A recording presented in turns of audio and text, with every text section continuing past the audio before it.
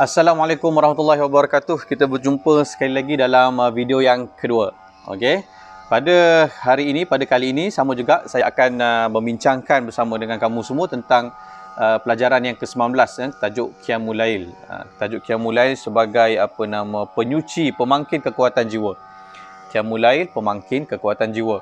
Tajuk ni ada dalam muka surat 157 dalam buku teks kamu. Jadi kamu boleh rujuk semula dan boleh lihat video yang pertama untuk melihat maksud Qiyamul Lail ini dan dalil-dalil yang berkaitan terhadap Qiyamul Lail ini. Dan kita juga telah bincangkan bersama kelebihan kenapa kita perlu berqiyamul lail. Tapi sedikitlah untuk video yang kedua ini kita nak go kepada apa amalan-amalan semasa berqiyamul lail ini. Okey. Kalau dalam buku teks kamu dalam muka surat 158 dia ada ceritakan tentang amalannya. Mudah je. Tapi bila dimasukkan sebagai bangun malam. Qiyamul lail ni kan bangun malam kan? Jadi bila malam tu? Okey. Solat malam ni dikerjakan boleh pada waktu permulaan malam, pertengahan malam ataupun di penghujung malam. Asalkan sesudah menunaikan solat Isyak. Okey. Dan ini dihuraikan dalam satu hadis oleh Anas. Rasulullah bersabda, bila sahaja kita ingin melihat Nabi bersembahyang malam, di saat itu pasti kita dapat melihatnya. Dan bila saja kita ingin melihat Nabi tidur, di saat itu pula kita dapat melihatnya.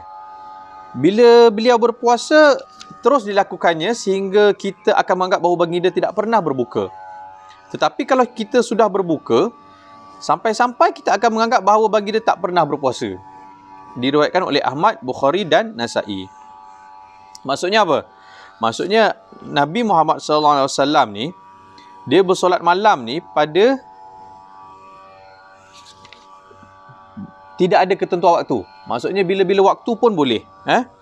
Hanya semata-mata di mana ada kelapangan. Tapi itulah nak cakap kelapangan ni kita yang buat kelapangan tu sebenarnya. Kan? Kalau kita tak lapang, kalau kita nak cakap kita tak lapang ni sebenarnya ramai lagi orang tak lapang, sibuk manjang. Tapi Nabi boleh buat. Nabi adalah orang yang paling sibuk sekali. Dialah ketua keluarga, sudah tentu kita pun ramai ketua keluarga.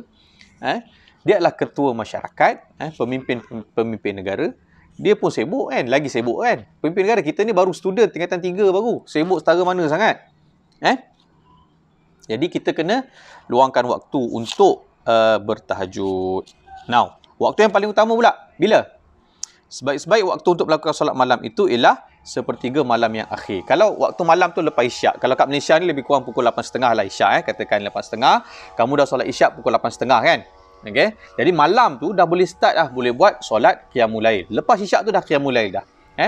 Dan malam ni kira sebelum subuh. Maksudnya kalau pukul 5 pagi contohnya. Jadi pukul 8.30 malam sampai pukul 5 pagi itu adalah waktu yang dipanggil sebagai waktu malam.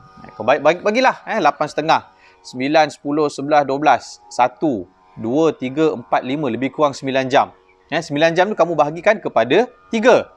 Bagi kepada 3. 1/3, 2/3, 3/3. Jadi kalau dikatakan 1/3 malam, maknanya antara pukul 3, pukul 4 dan pukul 5. Itulah dia waktu yang terbaik. Berdasarkan kepada apa? Hadis Rasulullah SAW dari Abu Hurairah. Tuhan Azza wa Jalla tiap-tiap malam turun ke langit dunia pada 1/3 malam yang terakhir. Pada saat itu Allah berfirman, barang siapa berdoa padaku, pasti aku kabulkan. Barang siapa yang memohon padaku, pasti aku beri. Dan barang siapa yang meminta ampun padaku, pasti aku ampuni. Wow! Ini satu benda yang sangat hebat. Kan? Sebab apa? Sebab kita tahu kita banyak buat dosa. Dan kita tahu amalan kita pun tak seberapa. Jadi apa yang kita nak buat? Kita mohonlah keampunan daripada Allah SWT. Yang mana kita harapkan apabila kita nak mohon ampun daripada Allah SWT tu, Allah akan kabulkan doa kita. Clear kot dalam ni, cerita dah. Barang siapa berdoa padaku, pasti aku kabulkan. Nampak? Pasti aku kabulkan. Barang siapa memohon padaku, pasti aku beri. Kan? Kita nak apa? nak jadi anak soleh? Nak berjaya dalam peperiksaan? Apa? Nak bagi kelapangan waktu, kesenangan hati, kesenangan jiwa, kegembiraan, kebahagiaan, keselamatan, kesihatan. Minta daripada Allah SWT. Bila? 1/3 malam terakhir. Barang siapa yang minta ampun padaku, pasti aku ampuni. Pasti aku ampuni. Diriwayatkan oleh jamaah. Nampak? Hebat kan? Waktu paling utama ni 1/3 malam. Lagi apa lagi?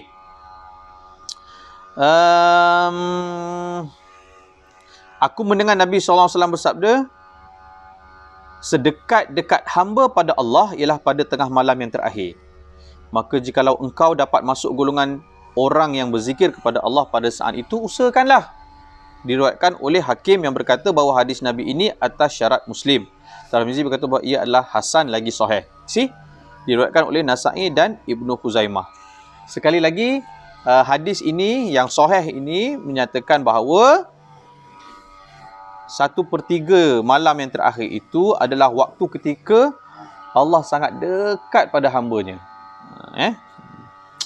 Itulah, kalau kita nak buat ni kita boleh. Tapi itulah masalahnya, kita jarang-jarang nak buat. Sebab apa? Tidur itu menyeronokkan, kan? Tidur kan seronok, kan? Kita relax badan kita, kan? Kita dah tak lupalah, kan? Mimpi indah-indah, kan? Ada yang sampai mana-mana mimpi kita. Sekali nak kena bangun.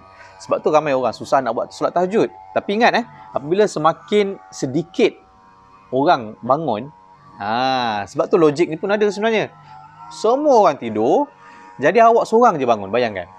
Maka macam kita nak queue, nak minta apa-apa daripada Allah SWT, kan? Orang kalau beratur panjang memang lama nak dapat. Logik lah, kalau logik kita berjumpa dengan orang nak beli barang ke apa ke, kalau queue panjang sebab ramai orang, lambatlah nak sampai nak beli barang tu. Tapi kalau orang tak ada, cepat, kan? Jadi logik manusia itu kita boleh fikirkan. Bayangkan kalau kita minta ampun daripada Allah SWT. Jadi pada waktu itu memang dekatlah kita dengan Allah SWT. Sebab pada waktu itu orang lain semua tidur lena, tapi kita bangun untuk kita bermunajat, memohon ampun, berdoa, merayu-rayu kepada Allah SWT. Memang kita dekat, insya-Allah. Dan hadis ini clear bahawa pasti dikabulkan. Baik, bilangan rakaatnya. Solat malam itu tidak mempunyai bilangan yang terbatas atau tertentu. Jadi sudah memadai hanya dengan serakaat solat sunat witir sesudah isyak. Nampak tak? Kalau kita nak buat qiyamul lail ni, paling minimum lepas isyak 1 rakaat solat witir. Dah selesai, dah dapat qiyamul lail. Tapi ingatlah, kan, tadi kan, yang terbaik bila? 1/3 malam yang terakhir, kan? Dekat subuh tu lah, yang kat situ sebenarnya waktu yang terbaik. Tapi boleh tak buat awal? Boleh, kan lepas isyak tadi, kan? So boleh buat pada waktu awal pun. Baik, apa lagi ayat dia?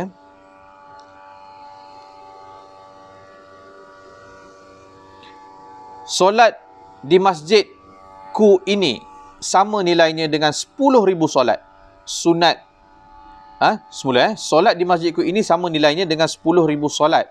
Solat di Masjidil Haram sama dengan 100,000 solat. Solat di medan jihad sama dengan 2 juta solat. Tetapi yang lebih banyak dari kesemua itu ialah 2 rakaat yang dikerjakan oleh seseorang hamba di tengah malam. Ini dari Anas, dari Nabi SAW. Diriwayatkan oleh Abu Syah dan Ibn Habban dalam kitabnya Syu'ab, tetapi Maziri dalam kitab Targhib tidak menyebutkannya. So, sekali lagi satu hadis yang cukup menarik, cukup penting dan cukup lumayan untuk kita fahami. Nabi kata kalau solat di Masjid Nabi, Masjid Nabawi, nilainya 10,000. Semua orang tahu 10,000 solat, kan? Kamu solat sunat dekat situ. Kalau di Masjid Haram 100,000 solat. Di medan jihad tengah berperang 2 juta solat. Besar lah, kan? Besar maksudnya nilai satu solat itu. Tetapi yang lebih banyak dari kesemuanya itu, solat 2 rakaat di tengah malam. Nampak tak? Besar tak pahala dia? Besar, kan? Sebab tu kita kena ambil iktibar dan bahawa ini adalah satu peluang kepada kita yang Allah bagi kepada kita. Nak tak nak je lah. Buatlah, jangan tak buat. Baik. Dalam buku teks kamu dia ceritakan bahawa selain daripada solat witir, sebenarnya solat witir ni solat penutup malam. Jadi kalau kamu solat isyak, lepas tu solat witir 1 rakaat, dah boleh tidur dah sebab tu adalah penutup kepada solat pada malam tu. Tapi biasanya orang buat bila bangun malam, mula-mula sekali buatlah solat tahajud. Solat tahajud. Solat tahajud ni 2 rakaat je. Solat apa? Solat tahajud. Selain tu boleh buat solat sunat tasbih. Lepas tu solat sunat taubat, nak buat solat hajat ataupun solat apa lagi, istikharah. Lepas tu akhir dengan solat witir. Okey, kita akan bincang lagi tentang 4 jenis solat ini, solat sunat ini yang kita boleh kerjakan semasa kita buat qiyamul lail dalam video yang ketiga. Okey, kita jumpa lagi. Assalamualaikum warahmatullahi wabarakatuh.